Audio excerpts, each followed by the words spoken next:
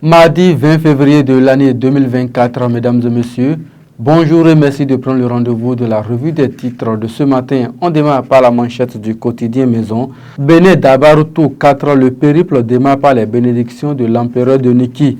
Ndali, Perere et Niki ont reçu l'équipe conduite par Barnabas Orukuma.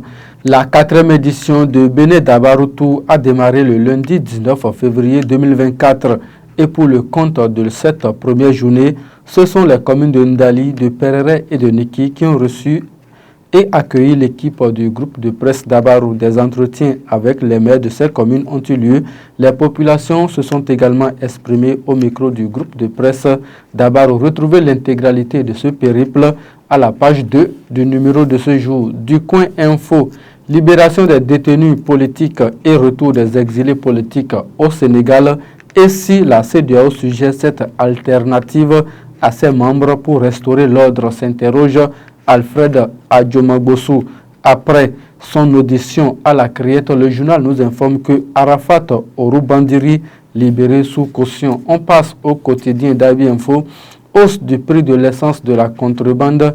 Les stations-service sont débordées, un vrai cauchemar pour les usagers. Licenciement de 127 agents à la NAT, déjà 3 morts enregistrés et des risques d'accidents cardiovasculaires en gestation. Le Béninois libéré à présent, correction du code électoral et révision de la Constitution.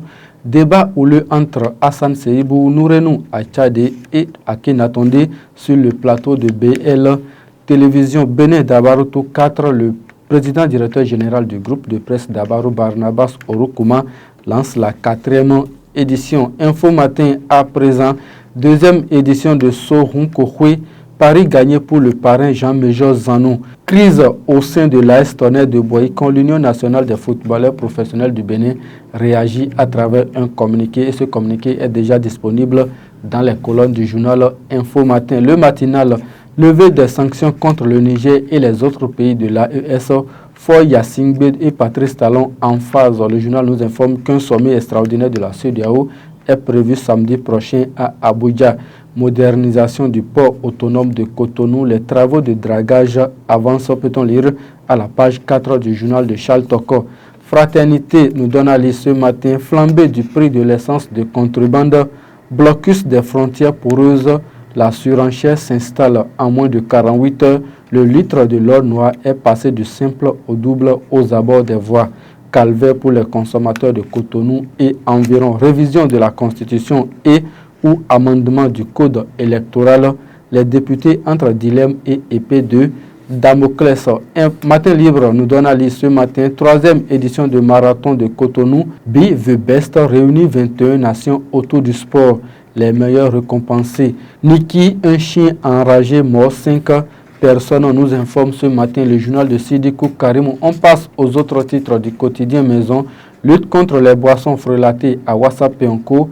1550 litres de sodabi contrefait à raisonner Banikora, réfection d'un module de salle de classe à l'EPP. Guy Bagou, le maire Sarakot Tamou, s'assure de l'évolution des travaux. Et pour rendre hommage à Stan Toron à Parakou, Fafa Ginesto organise un concert le 2 mars prochain.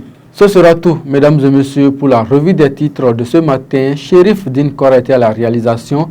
Merci de nous avoir suivis. À très bientôt.